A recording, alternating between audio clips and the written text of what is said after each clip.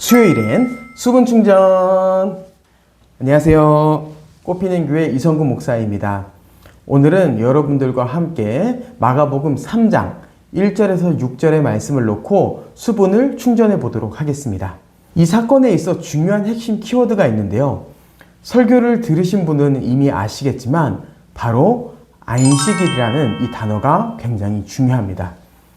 사람들은 예수님께서 그 손마른 자를 고치시나 주시하고 있었는데 안식일이 무엇인지를 이해할 때 이들이 왜 예수님을 주시하고 고치는 여부에 따라 고발하려고 했는지를 이해할 수 있습니다. 자, 안식일은 무엇일까요? 이것을 이해하기 위해서는 하나님께서 천지를 창조하시고 나서 일곱째 날 무엇을 하셨는지를 먼저 생각해 봐야 합니다. 하나님은 일곱째 날 안식하셨습니다. 하나님께서 안식을 하신 이유는 창조의 목적이 안식이었기 때문에 하나님은 안식하셨죠. 아담의 불순종으로 인하여서 하나님의 관계가 단절되었고 하나님 나라에서 쫓겨남으로 그 안식이 끝이 났지만 하나님의 창조 목적은 여전히 안식이었고 하나님은 아담과 하와가 누렸던 안식을 이스라엘 백성들이 다시 누리게끔 하고자 10계명을 주시고 4계명을 명령하셨습니다. 출애굽기 20장 8절에서 11절에 보면은 안식일을 기억하여 거룩히 지키라 라고 이야기하죠. 그리고 그 계명 안에는 아무 일도 하지 말고 쉬라 이렇게 이야기합니다. 이 안식일의 의미를 잘 보여주는 것이 출애굽기 16장 만나와 메추라기 사건인데요. 하나님께서 4계명을 명령하기 이전에 만나와 메추라기 사건을 통하여서 안식일이 무엇인지, 안식을 누린다는 게 무엇인지를 미리 보여주셨습니다. 바로 여섯째 날 만나와 메추라기를 갑절이나 더 주면서 일곱째 날에 노동을 하지 않아도 먹고 마시고 쉴 수 있는 날을 하나님께서 허락하신 거죠. 하나님은 그 안식일을 통하여서 이스라엘 백성들이 쉼을 누리길 원했고 행복을 누리길 원했습니다. 그것 가운데서 이스라엘 백성들은 분명히 기억해야 될 것이 있었습니다. 바로 우리의 안식은 하나님께로부터 온다 라는 것을 이스라엘 백성들은 기억했어야 됐던 거죠. 그런데 오늘 본문에 보면은 사람들이 예수님께서 병을 고치시는가 안 고치시는가 주시하고 있습니다. 이러한 일이 왜 있냐면은 하나님께서는 안식일을 주셨을 때 노동을 하지 않으므로 하나님 안에서 안식을 누리고 그 안식이 하나님께로부터 온다는 것을 경험하고 깨닫기를 원하셨는데 유대인들은 이것을 문자 그대로 받아들였던 거죠. 그래서 너 몇 걸음 이상 걷지 마. 너 밭에 들어가서 이삭을 줍지 마. 너 생명에 큰 지장이 없는 병은 고치지 마. 이렇게 전통을 만들어서 그 계명을, 그 전통을 지키지 않으면 계명을 어긴 거다라고 정죄했어요.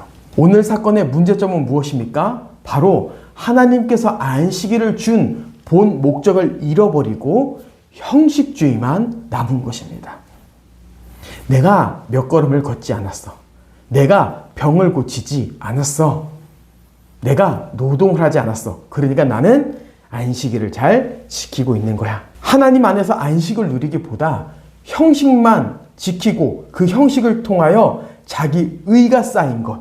이것이 오늘 사람들, 바리새인과 헤롯 땅의 문제였던 거죠. 여러분, 우리에게는 이것이 어떻게 적용되어져야 될까요? 여러분, 우리는 주님이 부활하신 이 주일날, 그리고 주중 일상도 형식주의가 아닌 주 안에서 안식을 누리기 위해 살아가야 됩니다. 우리는 주님과 교제하기 위해 다양한 경건의 수단을 사용합니다. 하지만 그것은 우리의 목적이 될 수 없습니다. 우리가 하나님을 찬양하는 이유는 찬양하기 위함이 아니요 안식을 누리기 위함입니다. 우리가 예배에 일찍 참여하는 것은 예배에 일찍 가기 위함이 아닌 예배를 통해 안식을 누리기 위함입니다. 우리 삶에 어떠한 형식만 남아있고 본질이 없는 것은 우리의 신앙을 금방 무너뜨립니다. 우리는 본질을 다시 되찾아야 됩니다. 하나님께서 왜 우리에게 주일을 허락하셨는가? 왜 우리는 주일날 예배 자리에 나와 예배를 드리는가? 그리고 왜 우리는 일상 가운데서 경건 생활을 하는가? 바로 하나님의 말씀을 사모함으로 그분과 교제하기 위함이죠. 그래서 우리에게 나 이번에 기도 30분 했어. 기도 10분 했어. 내가 어떠한 수단을 사용했어 라고 하는 것은 영적 생활에 있어서 큰 의미는 없습니다.